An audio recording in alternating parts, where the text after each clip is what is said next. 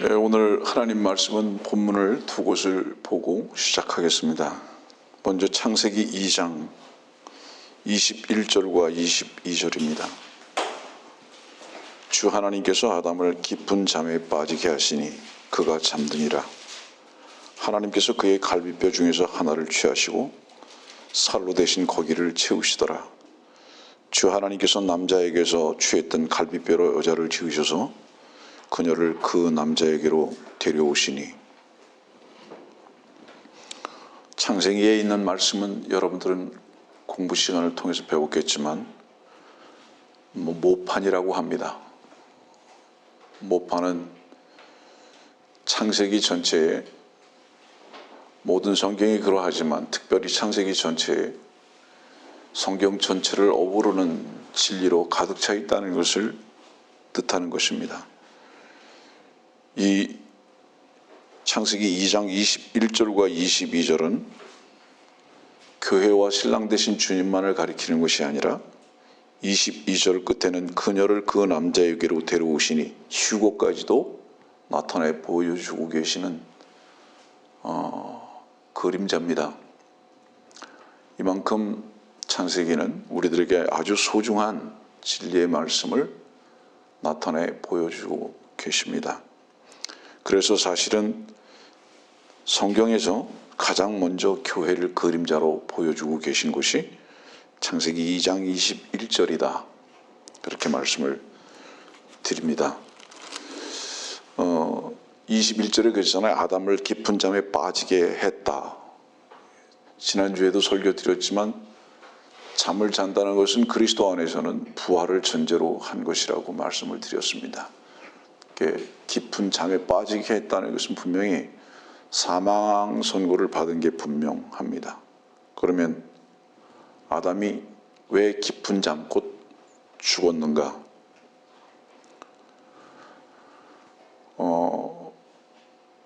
여러분들 모든 성경에서 말하는 문은요, 창세기 4장부터 시작해서 모든 문은 반드시 죽음으로만 통과할 수 있습니다.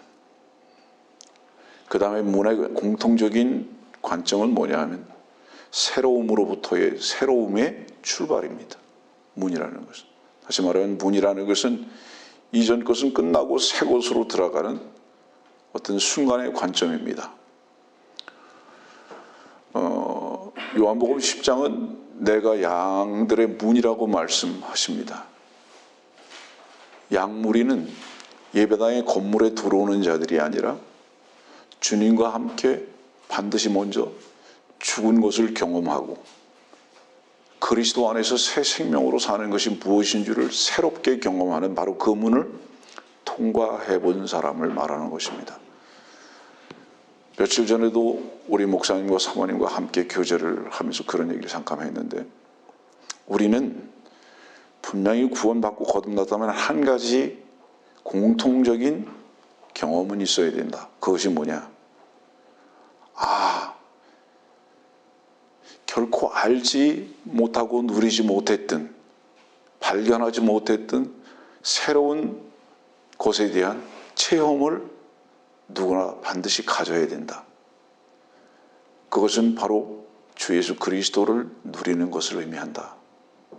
그때 주님을 만났을 때는 모든 사람이 공히 놀라게 됩니다. 충격을 받게 됩니다. 그런 놀라움과 그런 충격이 없이, 그 놀라움과 그런 충격이라는 것은 한쪽으로는 끝난 겁니다. 그리고 한쪽으로는 새로운 삶이 시작된 겁니다. 그 놀라움이 없다면 결코 구원받았다고 할 수 없다. 주님께서 지금 창세기 2장은 아담이라는 이름으로 그림자로 보여주고 계시는데, 그분이 왜 죽으셨느냐? 우리의 생명의 구주가 되시기 위해서. 그리고 나아가서는 아담이 죽었던 이유는 아내를 얻기 위해서입니다. 신부를 얻기 위해서 죽은 겁니다. 주님이 죽으신 이유는 교회를 얻기 위해서 그분은 죽으셨다. 우리 솔로몬의 노래 4장 12절 말씀을 한번 봅시다. 솔로몬의 노래 4장 12절.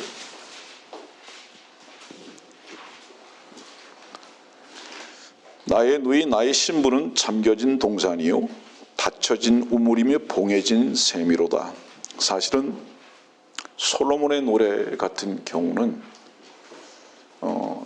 시적인 표현들을 많이 쓰고 있는데, 이 시적인 표현이라는 것은 시가서의 특징은 뭐냐면 많은 사람들이 시가서의 영적 내용을 잘 모르기 때문에 지금 현재 자기가 생각하고 느끼고 있는 감정적인 면에다가 그것을 연결시키고자 하는 타성들이 있습니다. 그러나 특히 이 솔로몬의 노래 같은 경우는 혹여 여러분들에게 개인적으로 공부를 가르쳐 드릴 시간에 얼만큼 여러분들에게 그것을 오픈할지는 모르겠지만 생각보다 훨씬 깊은 내용들이 이곳에 들어가 있습니다. 나의 누이 나의 신부는 잠겨진 동산이고 닫혀진 우물이며 봉해진 샘이로다. 한마디로 얘기하면 완전히 차단됐습니다.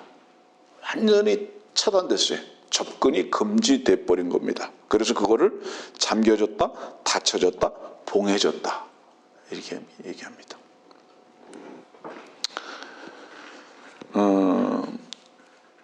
교회는요, 세상을 받아들이는 것이 교회가 아니라 교회는 세상을 향해서 철저하게 문을 닫은 것을 말합니다. 완전히 닫혀지고 잠겨지고 봉해졌습니다. 교회는 세상을 차단하는 것입니다. 여러분들 성경을 보면 방주나 모세의 구원받은 광주리 같은 경우를 보면 주님을 가리키는데, 그것은 전제가 무엇이냐면 세상이라는 물이 철저하게 어떻게 차단되느냐 이 말입니다. 그 세상이 차단되는 그 차단의 원리는 두 가지입니다.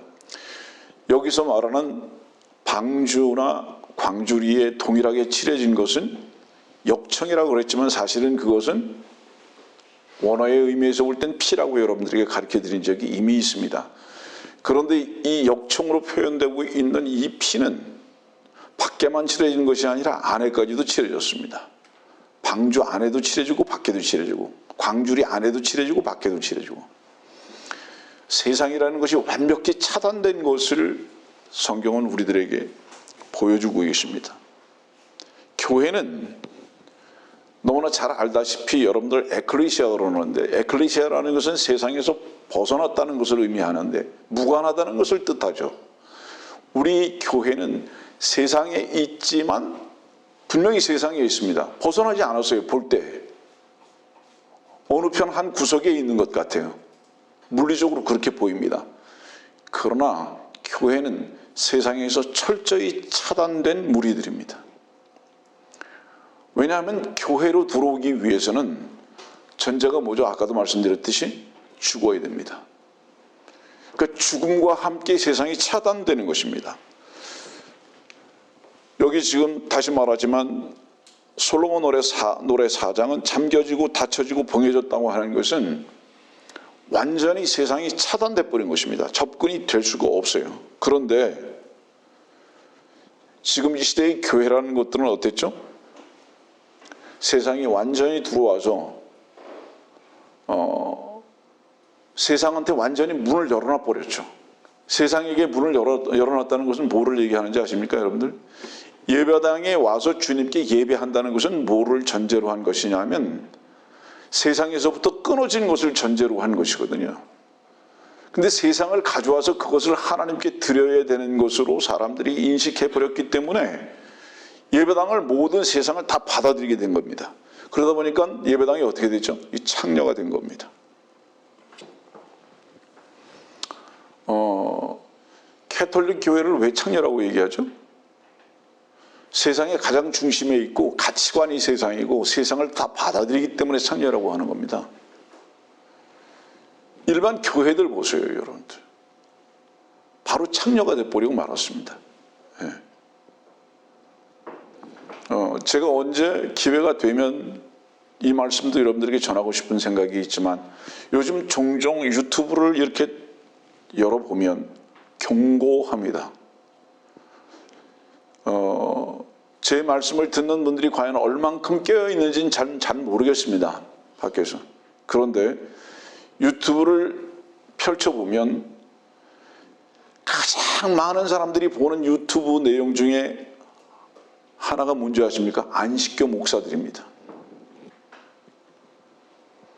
안식교 목사들은 크게 얘기하면 안식교 교단으로부터 많은 지원을 받습니다. 물질적인 지원, 그들의 모든 그들만이 가지고 있는 신학적 자료들, 이런 것들을 너무 많이 잘 활용할 줄 알 뿐만 아니라 그들의 그 많은 조직과 물질로 인해 가지고 유튜브 설교를 하고 있는 목사들을 엄청나게 지원합니다. 예. 그래서 이런 사람들한테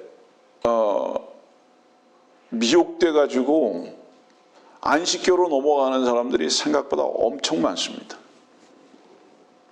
여러분들 미국에서 시작된 이단들이 세 가지가 있죠. 안식교, 여호와의 증인, 몰몬입니다. 그들은 다 개신교 목사들이었습니다. 물론 안식교 같은 경우는 엘렌 G. 와이시 어떤 면에서는 목사보다도 더 유일한 선지자로서 대접받고 있지만, 이렇게 이단들이 특히 안식교는 기성교회에서들도 갑론을박합니다. 이단이다 아니다 이렇게 명백한 이단을 그렇게 생각할 수밖에 없는 이유가 뭔지 아세요? 안식교의 체제나 흐름이 캐톨릭하고 비슷한 부분이 꽤 있습니다. 물론 그들이 캐톨릭을 태양신을 섬기는 자라고 해가지고 배척하는 것 같지만은, 그러나 사실은 어떤 의미에서 같은지 아세요? 믿음과 행함을 동시에 주장하고 있기 때문에 그렇습니다. 그런 의미에서 볼 때 큰 그림 속에서 안식교는 캐톨릭하고 아주 흡사합니다. 몇 주 동안 교리적인 설교를 했습니다.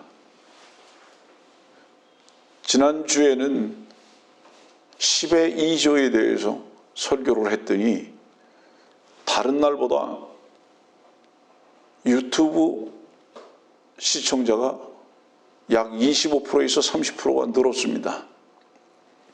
저는 기쁘기보다는 안타까웠습니다. 이유가 뭐냐 하면, 사람들은 이렇게 호기심이 많구나. 이렇게 호기심이 많구나. 여러분들은 교회를 원하십니까? 아니면 학교를 원하십니까? 제가 아는 한 성경을 많이 가리키는 곳은 대부분 보면 교회라는 이름을 붙였지만 학교인 경우가 너무 많았습니다. 그 대표적인 곳 중에 하나가 어디냐 하면 성경침례 교회 계통입니다. 거긴 분명히 바른 성경도 가지고 있고 바른 교리도 가지고 있음에도 불구하고 교회가 학교가 됐다고 저는 여깁니다. 학교와 교회의 차이가 뭐라고 생각하십니까, 여러분? 학교는요, 배우기는 해요. 그 배우기 때문에 지식은 늘어날 수 있습니다. 그러나 지식이 늘어나는 사람들은 무엇 때문에 지식을 자꾸 추구하는지 아십니까, 여러분들? 자기 자신이 선생이 되고 싶은 생각에서 그렇습니다. 교만해지고 싶어서 그렇다 이 말이에요. 높아지고 싶어서 그렇다 이 말이에요. 그래서 교회가 학교가 된 증거 중에 하나가 뭔지 아세요? 다른 사람들 판단하고 자기의 지식을 자랑하고 그리고 가르치기를 아주 좋아하려고 그럽니다. 누구에게든지 다 가르치려고 그래요.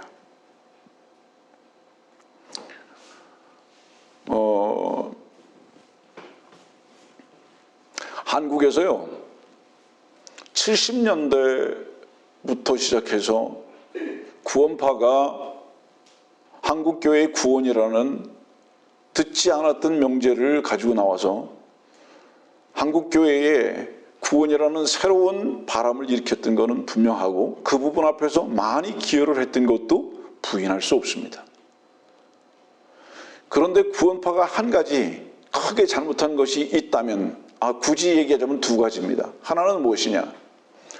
사람들이 교회를 통해서 겸손을 배운 게 아니라 자기들만 알고 있다는 어떤 지식의 교만으로 인해서, 그러나 먼저 전제로 말하지만 구원파에 있는 분들에게서 제대로 된 성경 지식을 알고 있는 사람들을 저는 사실은 못 만났어요.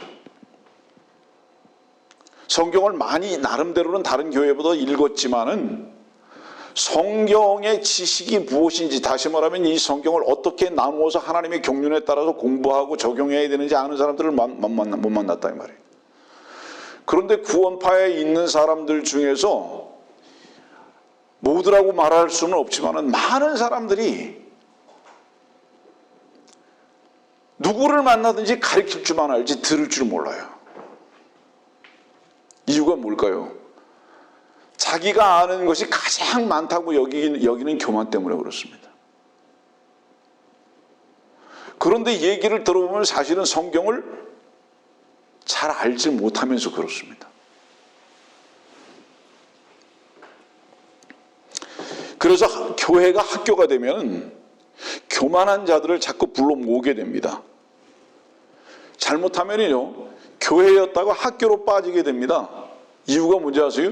교회는 반드시 매일매일 순간순간마다 죽음을 통해서만 그 순결성을 찾아가는 것이고요. 세상과 자기 자신을 부인하는 것으로만 교회의 성도로서의 그 위치가 계속 누림을 갖게 되는 것이기 때문에 이것은 십자가를 날마다 지고 주님을 따라야 하는 것이거든요, 교회는. 근데 학교는 그걸 요구할 필요가 없어요. 학교는 계속 성경을 지식만 가르쳐주면 됩니다. 그러다 보니까 교회가 학교로 되다 보니까 여전히 돈 많고 지위 높고 많이 배운 사람들이 목표가 돼버렸습니다. 제가 오늘 구원파를 조금 얘기를 하는데요, 구원파 동일하게 그래요. 그러다 보니까 그 교회가 세상으로 화가다 보니까 비즈니스로 바뀌어져 버리고 말았습니다.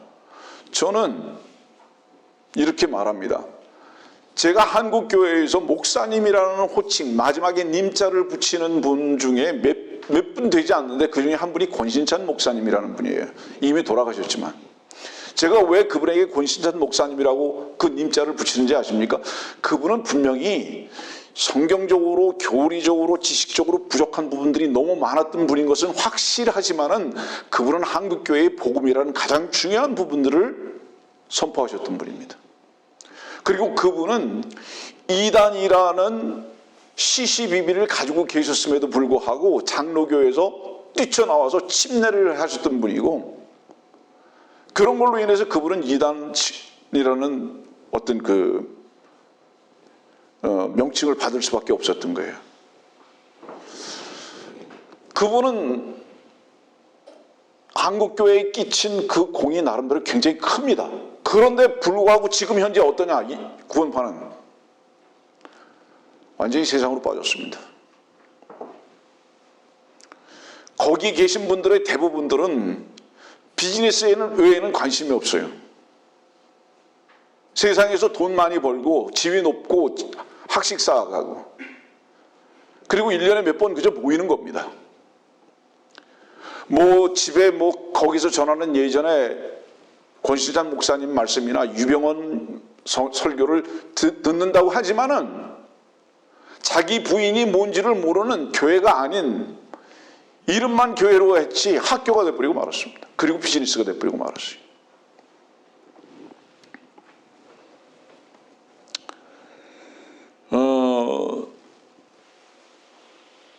성경침례교회 학교 됐습니다, 여러분들. 왜? 거기서 세상을 부인하고 주의 생명으로 말미암아 주님의 능력으로, 말씀의 능력으로 사는 것에 대해서 무엇인지 가르쳐주지 않아요. 거기도 역시 비즈니스 외에는 관심이 없습니다.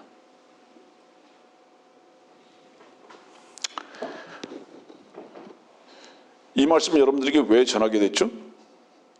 교회가 세상을 철저히 차단하고 거부하고 오늘의 말씀에 따라서 잠기고 닫히고 봉해야 되는데 교회라는 곳이 세상을 받아들였습니다. 예. 오늘의 말씀 보면 나의 누이 나의 신부라고 합니다. 이 나의 누이 나의 신부라고 하는 이 말씀 속에서 보면 분명히 아내가 골육 친척이라는 뜻입니다. 지난주에도 말씀드렸듯이 우리나라는 이상한 것이 앞서갑니다. 요즘 미국에서는 제대로 참 듣기가 쉽지도 않습니다. 미국에서도. 예전에 제가 미국을 갔을 때만 하더라도요. 다 뭐라고 불렀는지 아세요? 아내들을 미스 S라고 불렀습니다. 다 미스 S로 불렀어요. 요즘은 미스 S라는 표현들을 잘 안 하더라고요. 미국에도 그래요. 근데 한국은 그런 표현들을 거의 내가 와서 듣지를 못해요. 이게 뭐를 의미하죠? 미스 S는 그 사람의 이름이 없다는 뜻이에요. 남편의 이름만 있다는 뜻이에요. 남편에게 속했다는 뜻이거든요. 자주 얘기하지만 우리들의 이름이 어디서 끝났죠? 십자가에서 끝났습니다. 그래서 우리들의 이름이 그리스도인이라고 그렇게 말을 하고 있는데 그리스도인이라는 것은 뭐냐면 내가 산 것이 아니라 내 안에 그리스도께서 사셨다는 바로 그 뜻입니다. 그분께 속했다는 뜻이죠. 교회는 엄격하게 말하면 미스였습니다. 그리고 그분께 속한 자입니다. 그분이 머리시고 그분이 남편이시라는 뜻이죠. 그래서 여기서 나의 누이 나의 신부라고 하는 것은 뭐를 의미하느냐면 둘이 아버지가 하나라는 뜻이죠. 여러분들 주님도 아버지가 한 분이시고 우리도 그분을 아버지라고 호칭하는 겁니다. 그렇기 때문에 나의 누이 나의 신부라고 이렇게 말했습니다. 그러면 여기 신부가 뭐죠? 신부라는 것은 유일하게 그 신부와 신랑만이 한 몸이 될 수 있습니다.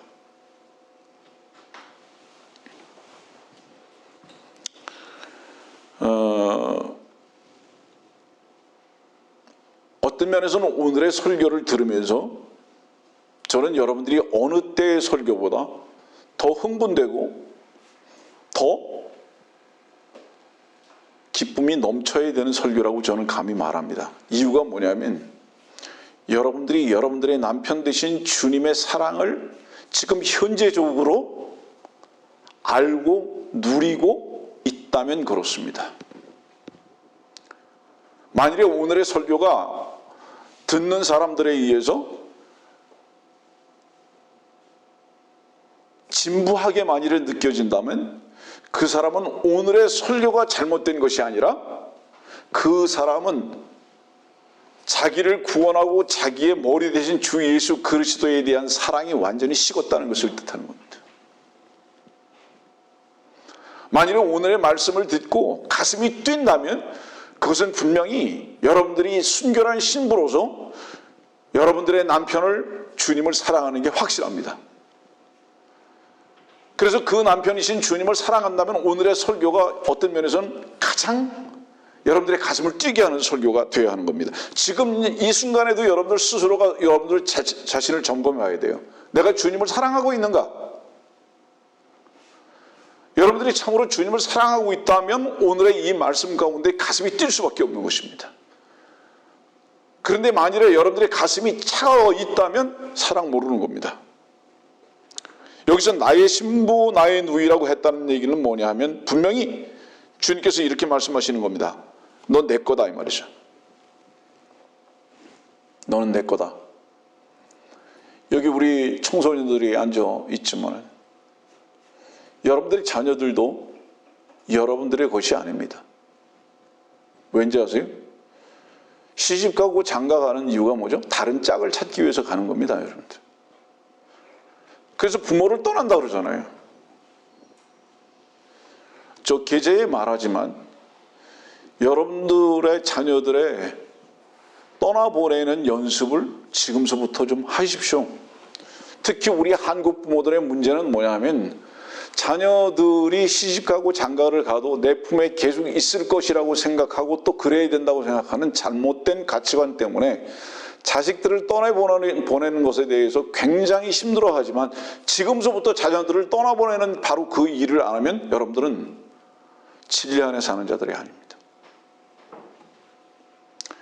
자녀들 그리스도 안에서 사랑하려면 자녀들 떠나보내는 연습해야 돼요. 지금부터라도. 제가 예전 몇 년 전에 그런 설교한 적이 있는데 우리나라는 새로운 미신이 하나 생겼는데 그게 알라신이라고. 중동에 그 알라신을 갖다 도입한 것이 아니라 애들이 신이 돼버렸잖아요. 이게 알라신이에요. 그러니까 그런 부분에 대해서 우리들은 좀 떠나보내야 하는 삶을 좀 훈련해야 한다. 분명히 자식들이 있지만 그 자식도 내 자식이 아니에요. 쫙 찾아가잖아요. 그럼 뭐예요? 내 거라고 하고 한 몸이 되는 것은 결국은 부부밖에 없습니다. 여기서 나의 누이, 나의 신부라고 하는 것은 그분께서 그런 고백을 하면서 우리를 구속하고 속박하시겠다는 그런 의미의 뜻으로 말씀하시는 것이 아닙니다. 그런 뜻이 아니라 사실은 사랑 안에서 한번 생각해 보세요. 사랑을 하는 것과 안 하는 것의 분명한 차이는 뭔지 아세요? 사랑을 하는 자는 사랑을 하는 자의 소유가 되기를 갈망합니다.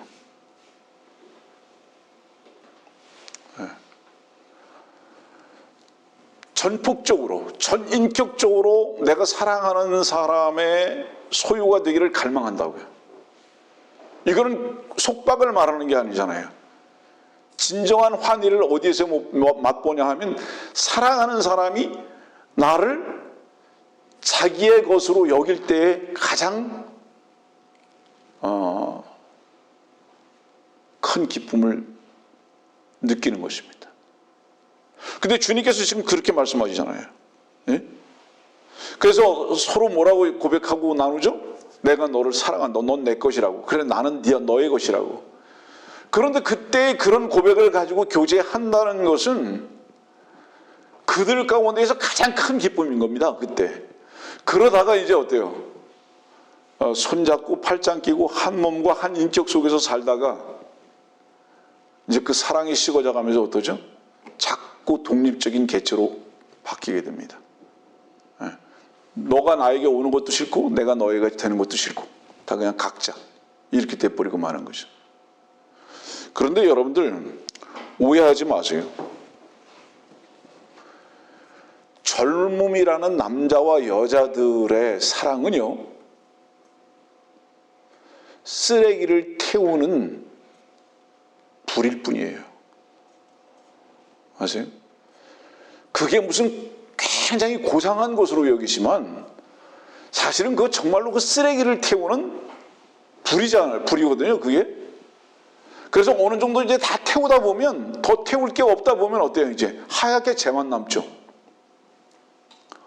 뭐 저 뒤에 있는 자매가 알고 계속 고개를 끄덕거리는데, 그런데 거기도 그렇게 전력 투구하려고 하거든요. 근데 주님께서 이 솔로몬의 노래에서 말씀하시기를 나의 누이 나의 신부 잠겨진 동산이다. 닫혀진 우물이고 봉해진 샘이로다. 이 말씀은 뭐냐면 나만이 접근할 수 있고 나만이 출입할 수 있고 나만이 마실 수 있다. 다른 존재들은 출입 금지. 할 수 없다 이 말이에요. 주님께서 우리를 향해서 그렇게 말씀하고 계시다는 것은 그분이 우리를 향하신 사랑이 얼마나 특별한가 하는 것을 생각하는 거죠. 여러분들 누가복음 15장 보면 주님께서 양 한 마리를 찾기 위해서 산과 들로 다니시다가 양 한 마리를 찾아서 어깨에 메고 기뻐하면서 오십니다. 주께서 교회를 왜 그렇게 보셨을까요? 주님께서는 우리를 찾으셨던 겁니다. 생각해 보세요. 여러분들이 주님을 만났을 때를 한번 생각해 보세요. 주께서 여러분들 어떻게 찾으셨죠? 거리가 멀리 있었던 게 아니잖아요. 다만 다른 것을 보고 있었죠, 우리가. 그리고 그 다른 것을 보면서 주님을 본다고 우리 스스로 착각했죠. 근데 그 다른 것은 무엇이었죠? 주님을 본 것이 아니라 우리 눈에 좋고 우리 귀에 듣기 좋았던 세상 신을 향하고 있었죠. 곧 자기 자신이죠. 그런데 그것을 주님으로 착각했던 거죠. 거리가 멀리 떨어져 있던 것이 아니라 마음을 완전히 우리 마음 안에서 차단해 버린 거죠, 주님을. 그러다가 주님께서 이렇게 양 한 마리를 찾듯이 찾으시다가 우리를 발견하신 겁니다. 신부를 찾고 누이를 찾으신 거예요. 어떻게 찾았죠? 자기의 생명을 내어놓고 찾으셨잖아요. 교회를 자기의 생명을 내놓고 찾았는데 무엇과 바꿀 수가 있겠습니까? 결코 바꿀 수가 없죠. 그렇기 때문에 이렇게 고귀하게 말씀을 하시는 겁니다. 창세기 우리 아까 2장 21절 봤잖아요. 깊은 장에 빠지셨잖아요. 무엇 때문에? 그분은 신부를 얻기 위해서 죽음을 경험하셨다고 말합니다. 요한복음 4장 볼까요?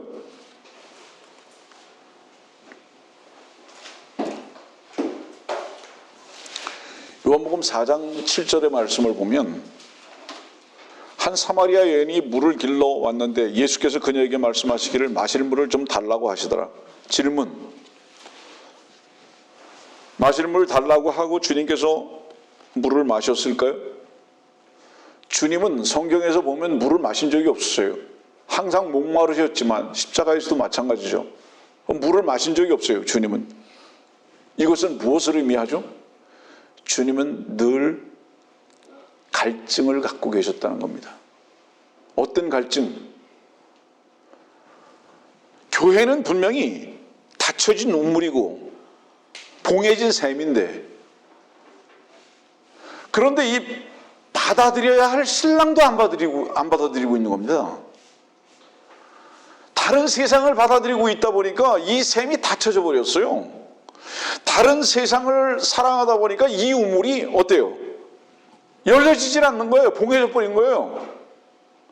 그러니까 주님께서 그 물을 마실 수가 없네요. 그래서 주님께서는 목마르다 물을 달라 하셨지만 마셔본 적이 없는 거예요, 주님께서. 이건 뭐를 얘기하죠? 내가 너를 이렇게 사랑에 갈급하다, 너를 향해서 사랑이 갈급하다, 이렇게 고백을 하시는데 반응하는 자들이 없었다, 이것을 말하는 거예요. 요한복음 3장은 사랑을 말씀하고 계시는데, 사랑하셔서, 세상을 사랑하셔서 이처럼 사랑하셨다. 그분이 벌레가 될 만큼 사랑하셨다. 근데 그 사랑 거부하는 거죠. 다른 사랑을 원하는 거죠. 여기에 갈급함이 계신 겁니다, 주님은. 다시 말합니다. 오늘의 설교에 사랑으로 뜨거워지는 아멘이 없는 사람들은요, 분명히 심각해야 됩니다. 그거는 분명히 자기 자신의 마음이 잠겨져 있는 겁니다. 봉해져 있고. 주님 받아들이지 않는 거예요. 그러면 그런 사람들을 뭐라고 얘기하죠? 창녀적 삶을 산다고 생각하는 겁니다, 여러분들. 성경에 이런 말씀 있잖아요. 너희가 서로 사랑하라고. 성경에서 말씀하고 계신 그 말씀이 명령으로 여겨지는 사람들이 있어요. 그 사람은 그 말씀하고 계신 그 말씀이신 주님의 사랑의 능력 지금 현재 모르고 있는 사람입니다. 이유가 뭔지 아세요? 주님께서 사랑하라고 말씀하신 그 이유는요, 의무를 다하라는 말씀이 아니에요. 내가 너희를 사랑한 것 같이 그렇게 말했잖아요. 그 사랑을 마음 안에 받아들이면요, 주님께서 우리를 사랑하셨던 그 사랑이 용솟음쳐서 서로 사랑할 수밖에 없다는 것을 의미하고요. 여러분들 경험해 보셨을 거예요. 형제와 자매를 주님 안에서 한번 사랑해 보신 경험이 있는지 모르겠습니다. 예. 저는 지난주에도 어떤 형제의 사랑의 고백을 들었고 제가 또한 사랑의 고백을 했습니다. 서로 사랑하라. 그것이 의무로 들릴까요? 그런 사랑의 고백 가운데? 아니죠. 특권으로 들리죠. 이거는 우리만의 특권이구나. 그리스도 안에서의 사랑을 할 수 있는 특권이구나. 이것은 우리만에 가질 수 있는 풍성함이고 기쁨이고 감사고 넘치는 즐거움이구나 하는 것을 확인하는 거죠. 언제? 그 사랑을 알 때에. 근데 이 사랑을 모를 때는 사랑하라는 이 말씀이 의무로 들려버리는 것입니다. 여러분들, 사람들은 성경을 이렇게 오해했던 것입니다. 나중에 이 말씀을 조금 더 여러분들에게 자세하게 설명할 기회가 있으니까 이 정도로 넘어가는데요. 창녀는요, 문을 열지 않아요. 이유가 뭘까요? 자기 마음의 문에 이미 다른 사랑을 가지고 있기 때문인 거예요. 그래서 그 남편이 이 문을 열고 들어오는 것이 가장 두려운 겁니다. 여러분들, 네? 여러분들이 주의 사랑으로 넘치고 기쁘고 감사하고 하고 있지 않다면 여러분들의 마음속에 다른 것을 사랑하고 있는 겁니다. 이게 바로 창녀인 겁니다. 여러분들, 그러면 남편이신 주님께서 우리를 신부로 삼으셨는데 그분께서 우리 안에 들어오셔서 우리와 사랑을 나눈 것에 대해서 가장 두려워하는 겁니다. 여러분들, 문을 닫아버리는 거죠. 그분을 사랑할 때는 그분이 잠시라도 떠날까 봐 두려울 텐데 다른 사랑을 받아들여 보다 보니까 이 나의 신랑이신 주님께서 내 안에 들어오셔서 사랑을 나누자고 하는 것에 대해서 가장 큰 두려움이 생기는 겁니다. 그렇기 때문에 문을 닫아버리는 거예요. 여러분들은 어떻습니까?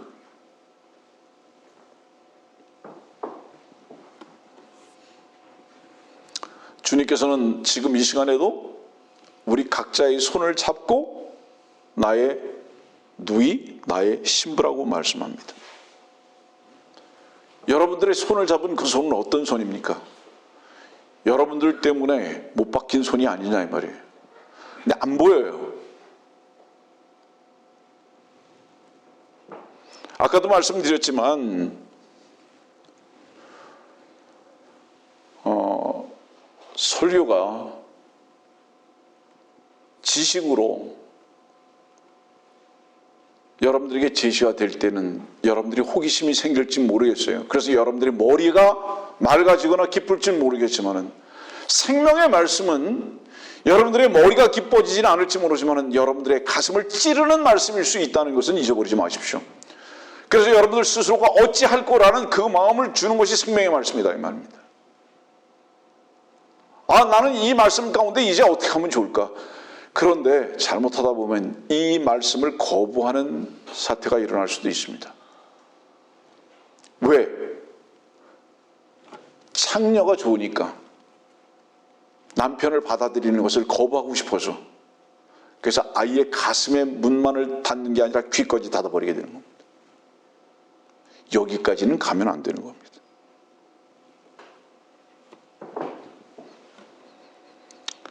자, 여러분들이 하나님 아버지를 아버지라고 하죠? 주님도 그렇게 말씀하십니다. 아까도 말했지만 이유가 뭘까요? 그분의 생명이 우리의 삶의 근거가 됐다는 거죠. 그렇잖아요. 그런데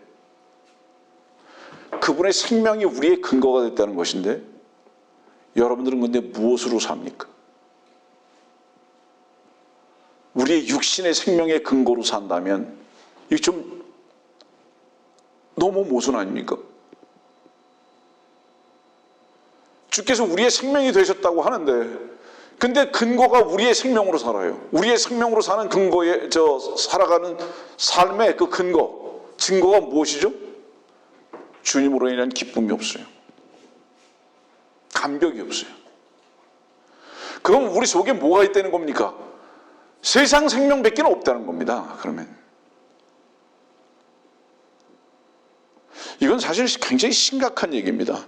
엄청난 모순이고요. 창세기 29장을 보세요. 창세기 29장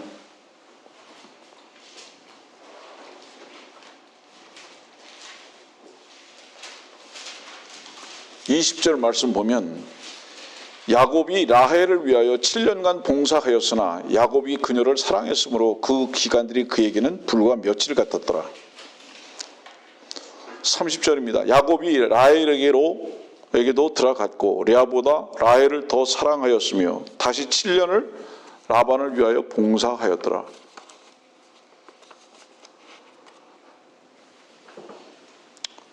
야곱이 사랑하는 라헬을 위해서 7년 동안 모든 수고를 아끼지 않았어요. 왜죠? 라헬을 자기의 소유로 삼기 위해서. 누구에게 속전을 준 겁니까? 라반에게 속전을 준 거죠. 그리고 라헬을 샀어요. 완전히 자기의 소유로 삼았습니다. 주님께서는요, 왜 피와 땀을 흘리셨죠? 왜 십자가를 지셨죠?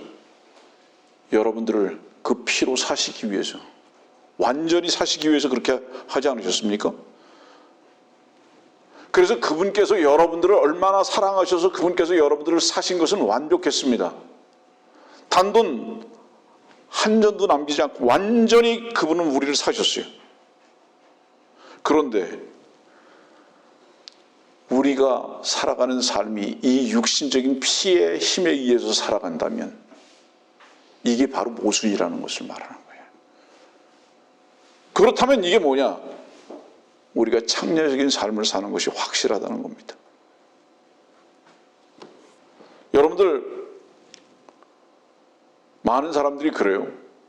주님이 언제 오실지 모른다고. 성경에 그렇게 되어 있다고. 그런데 성경을 좀 더 자세히 보세요. 그런 사람들은 다 누군지 아세요? 잠자는 자들이에요. 깨어있지 않은 자들이에요. 그래서 주께서 언제 오실지 모른다고 하는 그 사람은 지금 현재 자고 있는지 취해 있는지 깨어 있는지를 점검해 보시고 말씀하십시오. 주의 말씀 앞에 깨어 있는 자들은 주께서 문 밖에서 노크하는 노크 소리가 분명히 들릴 겁니다. 주님을 사랑하는 사람은, 깨어 있는 자는 주의 음성을 들을 수밖에 없습니다. 교회는 분명히 성경에서 몸이라고 말씀하셨죠. 이 관점은 굉장히 중요합니다, 여러분. 교회는 몸이라고 얘기했어요. 몸은 절대로 자기가 일하지 않습니다. 몸은 절대로 머리만이 일합니다. 교회라는 곳이요, 사람들에게 육신적인 어떤 열성을 요구하고 땀을 요구하고 봉사를 요구하는 것은요, 교회가 종교가 된 가장 분명한 증거입니다. 교회는 절대로 몸이지만 몸은 절대 일하지 않습니다. 모든 일은 머리가 합니다. 여러분들. 그래서 여러분들에게 가끔 말하지만 교회는 얼마나 많은 것을 했느냐라고 계산할지 모르지만 주님께서는 늘 그 일을 누가 했느냐만을 계산하신다는 겁니다. 엄청난 차이입니다, 여러분들. 교회는 효율적인 것을 요구하고 눈에 보이는 것에 대한 결과만을 생각하기 때문에 많이 했느냐 얼마나 했느냐를 따지지만 주님께서는 그 일을 누가 했느냐만 생각하신다 이 말입니다. 이런 관점에서 너무 멀어져 있다 이 말이에요, 교회가. 그 이유가 무엇일까요? 창세기 3장에 보면은 뱀이 이브에게 가장 먼저 접근해서 실행했던 그 일이 뭘까요? 아담에게서 분리시키는 거잖아요. 독립적인 존재로 만들어버리는 것이었잖아요. 몸과 머리라는 것은 뭐를 의미하죠, 여러분들? 따로 노는 게 아니에요. 그래서 교회는 몸이 일하는 것이 아니라 손이 일하는 것이 아니라 머리가 일하는 거다, 100%. 이렇게 말씀드리는 이유가 뭐냐면 독립적인 개체가 아니다 이 말이에요, 교회는. 근데 이 교회라는 것을 마귀가 자꾸 독립적인 개체로 만들어버리고 마는 거예요. 이것이 종교가 됐습니다. 아까도 말씀드렸지만 미스 S라는 것은 자기의 개인이 없어요. 머리 대신 남편만 있는 겁니다.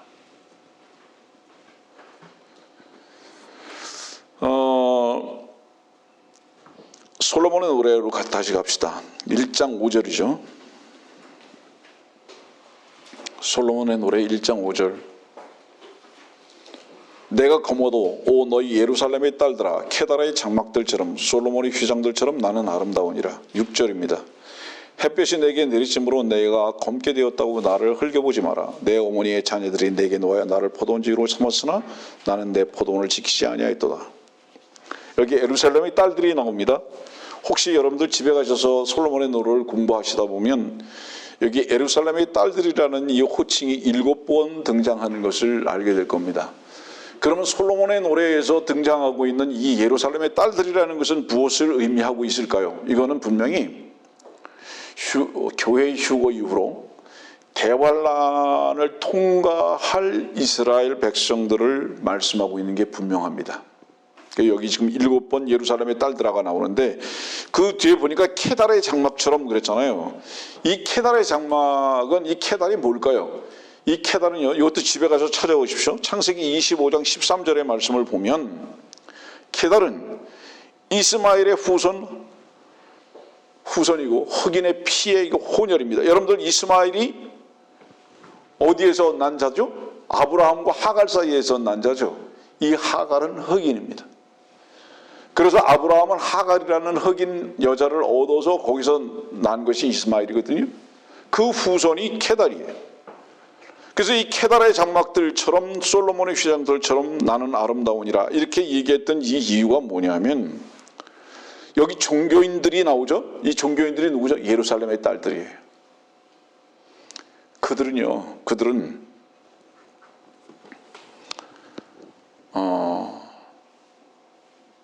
사람들의 외모만 보고 평가하라고 합니다. 종교인들이 보는 것은 절대로 외적인 것밖에 못 봅니다. 이유가 무엇일까요?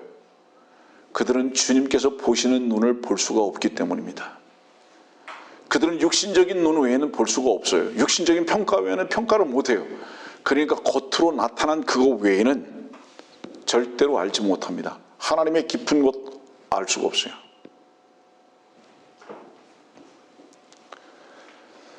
지금 우리가 케달의 장막들에 거하는 것 같이 다른 사람들이 우리를 흘려보고 세상 사람들의 위치에서 볼 때는 우리가 어리석고 초라하게 보이고 추하게 보이고 그렇다 할지라도 주님께서 우리를 보시는 우리의 모습은 신보고 보배다해요. 왜 그렇게 볼까요? 그러면 사랑에 눈멀었다는 거죠. 여러분 사랑했을 때 상대방의 허물이 보입니까? 결혼식에서요 검은 머리가 팥불이 될 때까지 하고 약속을 흔쾌히 할 수 있는 이유가 뭔지 아세요? 사랑에 눈이 멀었기 때문에 그런 거예요. 그래서 대부분 그 결혼식장에서 하는 약속은 그 시간에 거짓이 아니에요. 그렇지만 사실은 그 자신이 자신에게 쏟고 있는 거죠. 그 자신에게 쏟고 있는 것이 무엇이죠? 지금 자기의 사랑이 확실하고 영원할 것이라고 참될 것이라고 생각하는 자기 확신 때문에 그런 약속을 하는 거죠. 그러나 시간 지나가 보세요. 어떻죠? 그 시간 지나갔다는 것은 무엇을 의미하죠? 상대방의 문제가 자꾸 내 눈에 들어오기 시작하잖아요. 상대방의 조건이 자꾸 내 눈에 들어오기 시작하잖아요. 그거는 그 사람이 변했다기보다는 내 눈이 현재 지금 예전에 보던 것에서 다른 것을 보고 있다는 의미입니다. 사랑의 눈이 끝났다는 것을 얘기하죠. 다시 말하면 예전에는 자 보세요. 먼저 사랑을 하려면요 자기 자신을 향해서 눈 멀어야 합니다. 자기 자신을 향해서 눈 먼 자는 사랑하는 대상을 향해서도 눈 멉니다. 자기 자신을 향해서 눈 먼다는 게 뭐를 얘기하는지 아세요? 이게 나한테 이익이 되는 건지 손해가 되는 건지 계산 자체가 안 돼요. 네. 그리고 이런 설교에는 대부분의 사람들이 다 아마 이해가 될 거예요. 왜냐하면 한 번쯤 사랑을 해본 사람들은 아 맞아. 자기 자신을 향해서 먼저 눈이 멀어요. 그래서 내가 내 자신을 향해서 눈이 멀다 보니까 상대방에 대해서 눈이 멀 수밖에 없어요. 저게 상대방이 어떤 존재인지 몰라요. 그냥 다 좋게만 보인다는 얘기죠. 그래서 상대방을 향해서도 그 조건이 보이지 않기 때문에 사랑의 특징이죠. 주님께서 왜 우리를 이렇게 보셨는가 이 말이에요. 당신 자신을 향해서 그 사랑의 눈에 의해서 눈이 멀은 겁니다. 그런데 차가운 이성밖에 없죠. 누가 볼 때? 예루살렘의 딸들이 볼 때는.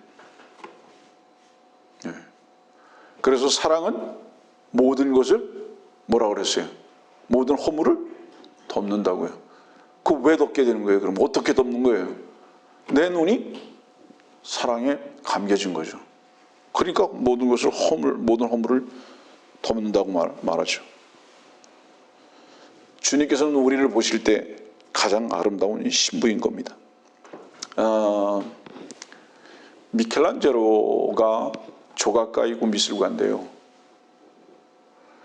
로스앤젤레스 가보면 그 그랜데일 메모리얼 파크가 있습니다. 가보신 분들 계실지 모르겠는데 거기 가보면 데이비상이 있어요. 대리석으로 잘 깎아놓은 데이비상이 있는데 거기에 뮤지엄을 가보면 미켈란젤로의 그 미술관을 옮겨놓은 곳이 있습니다. 미켈란젤로가 한 번은 산에를 올라갔는데 어느 그 사람이 큰 바위를 갖다가 쪼개가지고 버려놓은 거예요. 못 쓸 바위라고 생각하고 채석공이 바위를 하나 쪼개가지고 버려놓은 거예요. 근데 이 미켈란젤로는 그 버려진 그 돌에 무엇을 봤느냐? 위대한 데이빗을 본 거예요. 다윗 왕을 본 거예요. 그 버려진 그 대리석 바로 거기에서 그 다윗을 본 거예요. 그래서 그때부터 그것을 깎아나가기 시작했습니다. 그러다 보니까 그렇게 위대한 다윗상이 나오게 된 겁니다. 여러분들 주님께서 우리를 보시는 눈은 이래요. 남들은 다 우리를 버리지만은 남들은 다 우리를 짓밟지만은 벌레라고 하지만은 주님께서는 우리를 가장 아름답게 보신 겁니다. 그래서 그분께서는 우리들을 지금 조각품으로 만들어가고 계신 겁니다. 아름다운 조각품으로. 이게 교회거든요. 근데 무엇으로 조각품을 만드시느냐? 그분은 우리를 쪼개시는 것이 아프게 하시는 것이 아니라 그분의 사랑으로. 그 사랑은 뭐죠? 그분의 희생이죠. 그분의 생명의 엑기스죠. 이것이 진주를 빚어가는 것입니다. 교회가 진주가 됐잖아요. 그분의 생명의 유기체로 인해서. 주님은 우리를 보시는 눈이 다른 거죠. 세상과. 평가가 다른 거예요. 주께서 우리에게 이렇게 물어보십니다. 너 필요가 뭐냐고. 너의 필요가 뭐냐고. 왜 그렇게 질문하시는지 아세요? 주님께서? 나의 필요를 들어주기 위해서? 주님께서 너 필요 뭐냐? 내가 너의 필요를 다 들어줄게. 그런데 사람들이 이러잖아요. 기도가 주님께서 필요를 구하라고 하셨다고. 그러면 우리는 구하면 된다고. 이렇게 다들 말하잖아요. 그렇죠? 여러분들 기도 그렇게 배웠죠? 얼마나 무서운 오해인지 아십니까, 여러분들? 주님께서 우리들에게 너의 필요가 뭐냐 이렇게 말씀하시는 그 뜻은 무슨 뜻인지 아세요? 그 질문을 하시는 이유가 나는 너의 모든 소유가 됐다라는 것에 대한 전제죠. 나는 너의 모든 소유가 됐다. 그래서 나는 너에게 나의 모든 소유를 다 줄 수 있다라는 전제로 물어보시는 겁니다. 근데 놀라지 마세요. 그분은 우리를 사랑하시잖아요. 근데 그 필요는 전제가 뭔지 아세요? 창녀를 주시기를 원하시지는 않는다는 겁니다.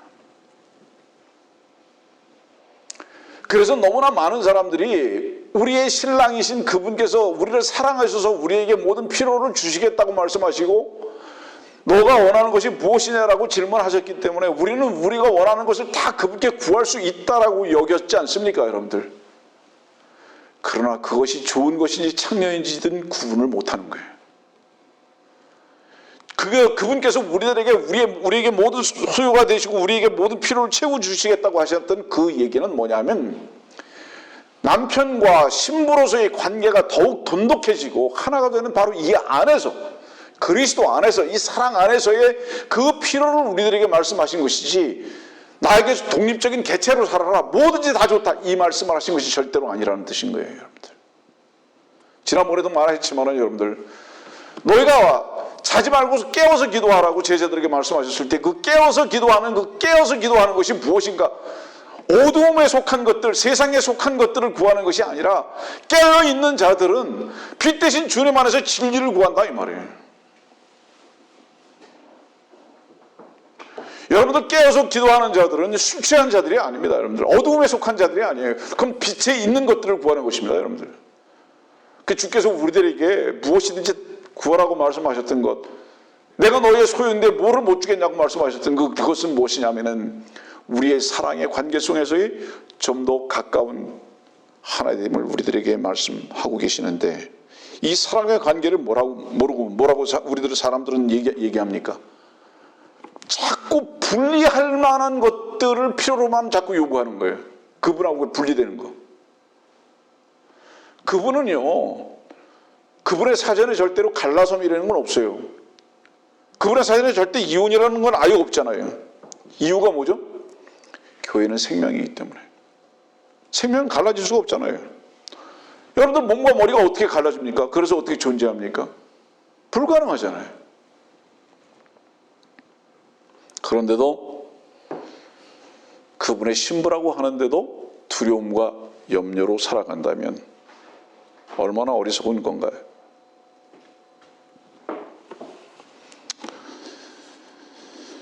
에베소서 5장 말씀 봅시다.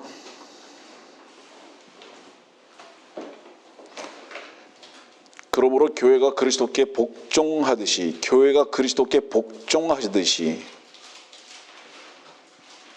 아내들도 자기 남편에게 매사에 그렇게 해야 할지니라.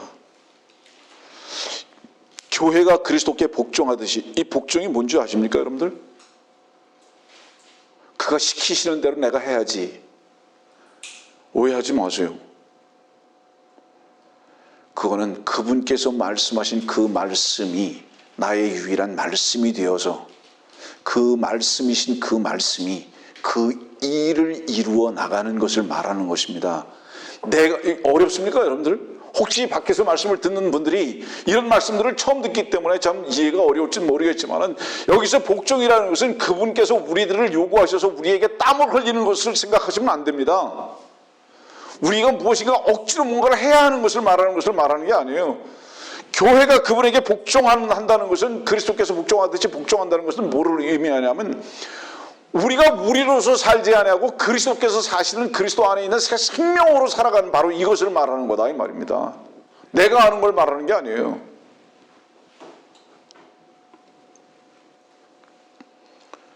교회는 몸이고 그리스도는 머리죠.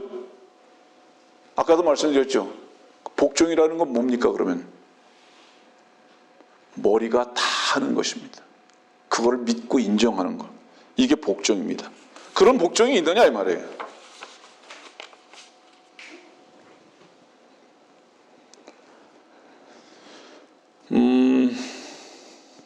말씀을 좀 정리하겠습니다. 아까도 말씀드렸듯이 오늘의 말씀이 얼마나 감격적인가, 아니면 몸이 건조한가, 아니면 맹숭맹숭한가,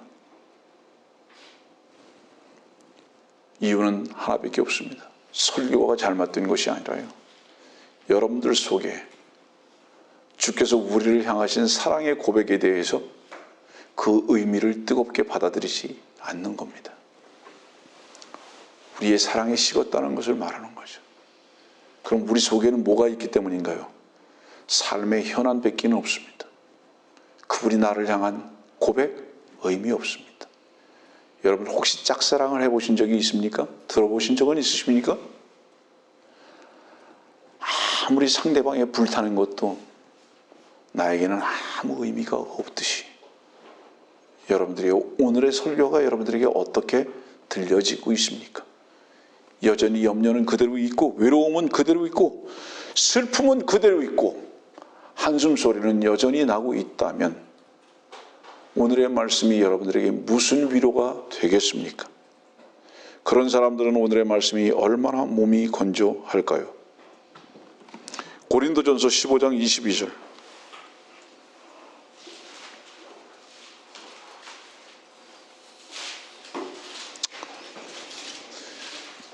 고린도전서 15장 22절입니다. 이는 아담 안에서 모든 사람이 죽은 것 같이 그리스도 안에서 모든 사람을 살게 하려 함이라. 49절입니다. 우리가 흙으로 만들어진 자의 형상을 입은 것 같이 하늘에 속한 분의 형상도 입으리라. 주님께서 머리가 되셨죠? 교회 머리가 되셨죠? 머리만 변하고 몸은 안 변하면 어떡합니까? 인어가 있습니까? 인어. 여러분들 인어 압니까? 여기 중간까지는 사람인데 그 밑에는 꼴이잖아요. 반인 반수는 없습니다. 원래 그런 거 없어요. 머리 대신 주님께서 분명히 부활하시고 하늘에 오르셨으면 몸인 된 우리들도 동일하게 변화되는 건 확실합니다. 왜냐하면 우리도 주의 생명으로 다시 빚은 바가 됐기 때문에 그렇습니다. 아니 머리가 변화됐는데 몸이 변화되지 않는다면 그 머리가 어디가 있겠습니까? 이것이 부활의 분명한 이치입니다.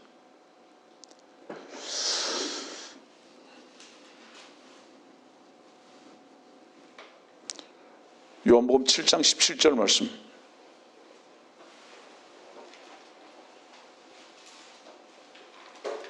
사람들은 그런데 왜 이렇게 주님의 뜻을 모를까요?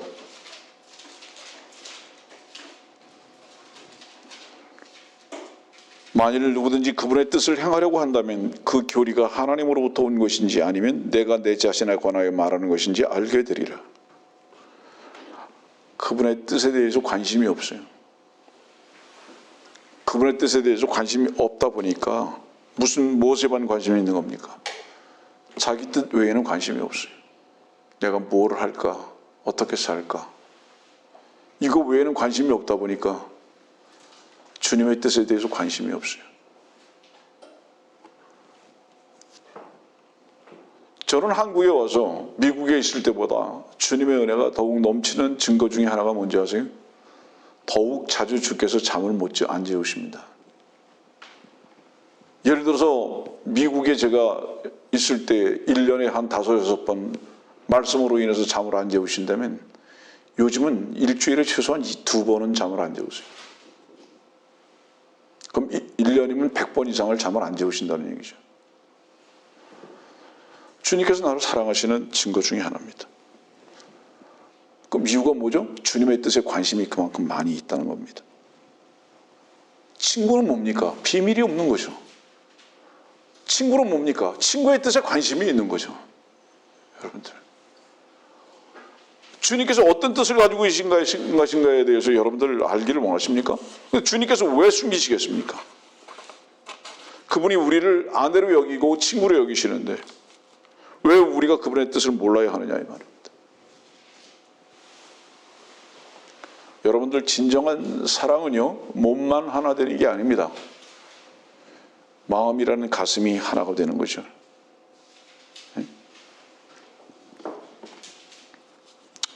저는 우리 한국이 저주받은 민족 중에 하나라고 여깁니다. 이유가 뭔지 아세요? 2가지 때문에. 하나는 우리 한국 민족같이 급한 사람들이 없습니다. 모든 게 빨리빨리입니다. 속도전입니다. 전부 다. 보세요. 우리나라가 제일 빨라요. 뭐든지. 뭘 하나 해도 끝이는 게 제일 먼저 끝내요. 제일 빨라요. 빠르다는 것은 뭐를 말하는지 아세요? 생각할 여유를 절대 안 가지고 산다는 겁니다. 생각 안 해요. 그냥 어떤 일에만 몰입해버리는 겁니다. 그 그 다음에 또 어떠죠? 사람들은 이제 이 눈을 이 전화나 컴퓨터나 이런 데 외에는 다른 데 둘 시간이 없어요. 완전히 거기다 그냥 다 둬버렸어요. 다. 거기다 두게 된 이유가 뭐죠? 취하게 만들어버린 거예요. 어디에? 세상에. 그래서 여러분들이 스크린에다 여러분들의 시선을 두는 한 절대로 여러분들 자신을 생각하지 못하게 되겠습니다. 자, 보세요. 순서를 말할게요. 주님을 생각 안 하는 이유가 뭔지 아세요? 여러분을 생각하지 않기 때문에 그렇습니다. 자기 자신을 생각을 하지 않기 때문에 절대 주님 생각하지 않는 거예요. 그러면 마귀가요, 대한민국을 어떻게 딱 묶어놨는지 아세요? 빨리빨리라는 그 시간 속에서 효율성만을 계속 요구하고요. 그 다음에 스크린을 통해서 완전히 거기다가 다 종으로 만들어버렸어요. 자기 자신 절대 생각 안 해요. 그 생각하는 건 뭐예요? 전부 다 계산하는 거예요. 자존심, 세상을 즐기는 거. 그런 세상이 되는데 어떻게 자기 자신을 생각하겠습니까, 여러분들? 곧 그것은 뭐를 말하죠? 자기 자신을 완전히 잃어버리게 만들어버린 거죠. 그러다 보니까 사람들이 다 미쳐버린 거예요.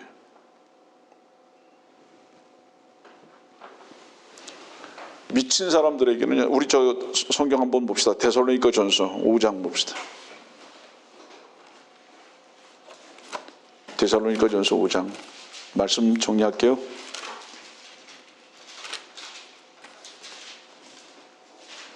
6절 7절입니다. 그러므로 우리는 다른 사람들과 같이 자지 말고 깨어있어 정신을 차리자. 이는 자는 자들은 밤에 자고 술 취하는 자들은 밤에 취하기 때문이라. 자, 오늘 말씀 들으시는 분들, 여러분들의 그 위치를 확인하세요. 다른 사람들과 같이 자지 말고 깨어있어 정신을 차리자. 다른 사람들과 같은 것이 여러분들의 목표인가 아니면 다른 것이 목표인가 생각했어요. 먼저. 여기 그렇죠. 말씀은 이렇게 하잖아요. 다른 사람들과 같이 자지 말고, 다른 사람들하고 똑같이 하지 말라고. 그 사람들 다 자는 사람들이라고. 그럼 여러분들의 삶의 목표가 혹시 다른 사람들보다도 더 많이 자는 게 목표가 아니냐 이 말이에요. 더 많이 자는 건 뭐죠? 세상에 정신 못 차리고, 세상 즐거움에 빠지고, 세상을 성취하고. 목표가 그것이 되어 있다면 다른 사람들보다 더 술 취하고 더 많이 자자 이거 아닙니까, 여러분들? 그리스도인이면서. 그러면서 어떻게 빛의 자녀라고 말하냐 이 말이에요. 하나님의 말씀하고 거꾸로 살기를 원하는 거 아니냐, 몸부림치고.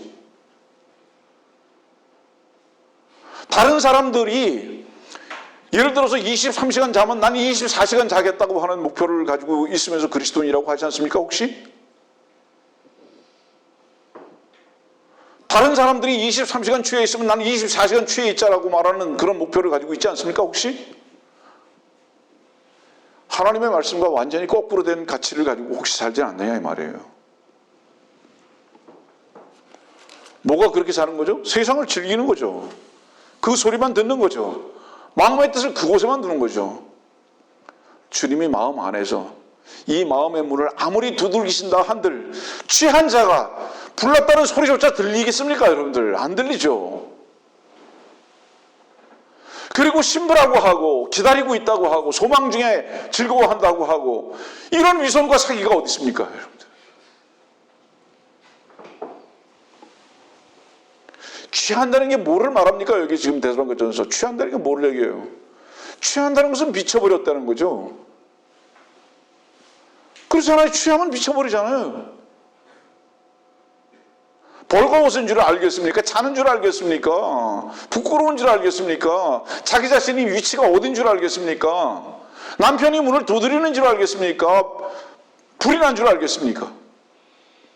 취했는데. 어디에 취했죠? 자기의 피에 취했잖아요. 술 취한 자들이죠. 피가 원하고 요구하는 것, 피의 가치에만 완전히 미쳐버린 자들. 이 피는 포도주죠. 주님께서는 문 앞에 와 계시다 그러시는데, 두들기고 계시다고 말씀하시는데, 성경에만 있죠. 나는 주님께서 어디쯤 계신지도 모릅니다. 주님은 내 안에 계시기를 원하시는데. 창세기 24장 63절.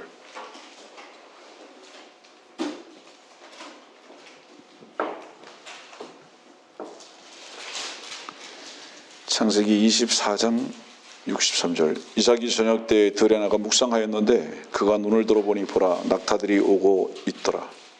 리브가 자기 눈을 들어 이삭을 보고 낙타에서 내렸으며. 이삭이 저녁 때 들에 나가서 묵상하고 있는데 눈을 들어봤어요. 근데 64절의 말씀 보니까요, 리브가도 자기 눈을 들어 이삭을 보고 있어요. 이삭도 리브가를 바라보고 있고 리브가도 이삭을 바라보고 있어요. 눈 맞았죠? 여러분들은 무엇을 보고 계십니까? 여러분들이 묵상한다면, 여기 이 묵상이라는 건 뭐를 얘기하는지 아세요? 여러분, 묵상한다는 것은 눈을 하늘을 향해서 보고 있는 것을 성경에서 묵상이라고 하는 거예요. 그 하늘을 본다는 것은 뭐를 의미할까요? 소망을 그곳에 뒀다는 것을 말하죠. 창세기 28장에는 야곱이 돌베개하고 누웠잖아요. 누우니까 뭐가 보이죠? 사다리가 꼭대기 하늘에 닿았잖아요. 거기서 뭘 보죠? 주님께서 오르락내리락 하시는 게 보이죠. 묵상은 하늘을 향한 소망을 말하는 거거든요. 그럼 하늘을 향한 그 소망은 반드시 전제가 무엇을 얘기합니까? 땅을 등지는 거죠. 땅을 등지지 않는데 어떻게 묵상이 가능합니까? 땅을 등지지 않는데 어떻게 리브가가 이삭을 볼 수가 있습니까, 여러분들? 그러니까 그런 사람들의 공통적인 특징은 뭐냐면 주님께서 언제 오실지 모른다고. 땅을 보고 사는 사람들이 어떻게 묵상하고 소망을 가지고 있다고 하느냐 이 말이에요. 주님은 가까이 와 계심에도 불구하고 들리지 않아요. 보이지 않는 거예요.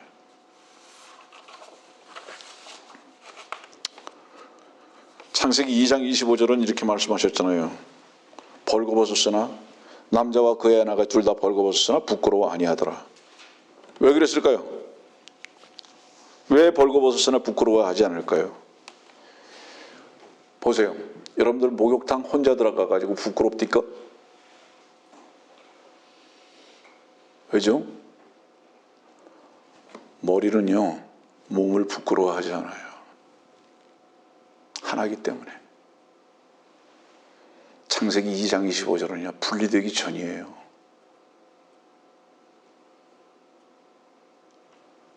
머리 대신 주님은 우리의 몸이라는 모습이 어떻든지 간에 부끄러워하지 않아요. 그것을 씻어내든지 그거를 닦아주든지 약을 바르든지 피가 나는 것을 감싸주든지 함께 아파하든지 하지 그것 가지고 부끄러워하지 않습니다. 이유가 뭔지 아세요? 그 머리는 이 몸이 하나인 것을 알기 때문인 거예요. 여러분들이 사랑 안에서는 함께하는 자들이 절대 부끄럽지 않아요. 그의 연약함이 나의 연약함으로 받아들이고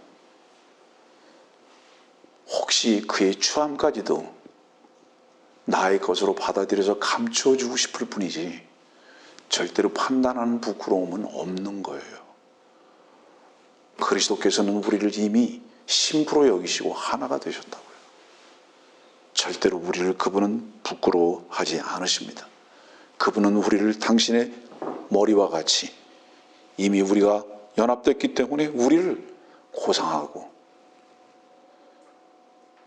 아름답고 고귀한 보석으로 여기시는 겁니다.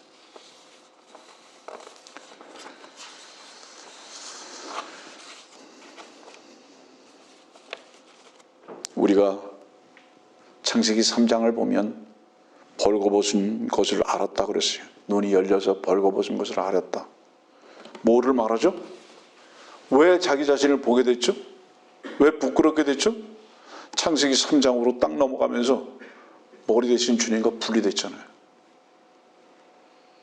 자기가 자기를 본 거죠. 믿음은 뭔지 아세요? 주께서 우리를 보시는 그 보심에 우리가 우리를 그분의 눈으로 볼 줄 아는 거예요. 그게 믿음이에요. 나도 여러분들도 다 허물이 있지만 그리스도의 사랑의 눈으로 봐보세요. 절대로 그것이 허물로 보이지 않습니다. 감싸고 싶고 함께 아파할 수 있고 그리고 고상하고 아름답게 보이는 것입니다. 이것이 주의 사랑 안에서 눈먼 자들의 공통적인 특징입니다. 여러분들 다니엘서 2장을 보면 안 읽겠습니다. 다니엘서 2장을 보면은요, 느부갓네살이 보았던 형상은 어땠죠? 머리와 가슴과 넓적다리와 발가락이 다 달라요. 그러잖아요. 금으로 만들고 노수로 만들고요, 철로 만들고요, 흙으로 만들었어요. 맞죠? 다니엘서 보세요. 여러분들 나중에 2장에 가보면. 그런데 그 느부갓네살이 만든 형상은 금, 놋, 철, 흙이 되어 있지만 우리의 머리 대신 주님은 금이세요. 그 머리 대신 그분이 금이기 때문에 절대로 우리도 금일 수밖에 없어요. 동일한 형상이십니다. 그분. 우리는 흙으로 만들어진 바로 이 사람이 아니라 하늘에서 나신 분의 생명으로 다시 거듭 태어난 자이기 때문에 그렇습니다. 그렇기 때문에 우리는 그분의 영광의 몸을 입고 있는 것입니다.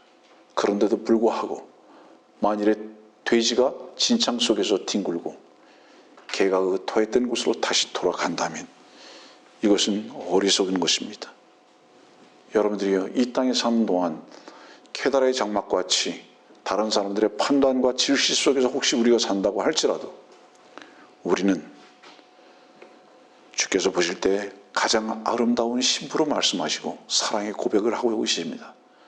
그 사랑의 고백을 눈물 겹도록 감격하고 살 수 있다면 유일하게 하나입니다. 우리의 마음의 문을 주님을 향해서만 여십시오. 세상을 향해서는 완전히 차단하십시오. 봉해 놓으십시오. 감추어 놓으십시오. 주님 한 분만이 우리의 신랑으로 삼고 우리의 마음을 열었을 때 주님과 우리가 서로 만족할 것이며 서로의 갈급한 목을 축이는 생명수로서의 넘치는 삶을 살 것을 분명히 우리는 알기 때문입니다.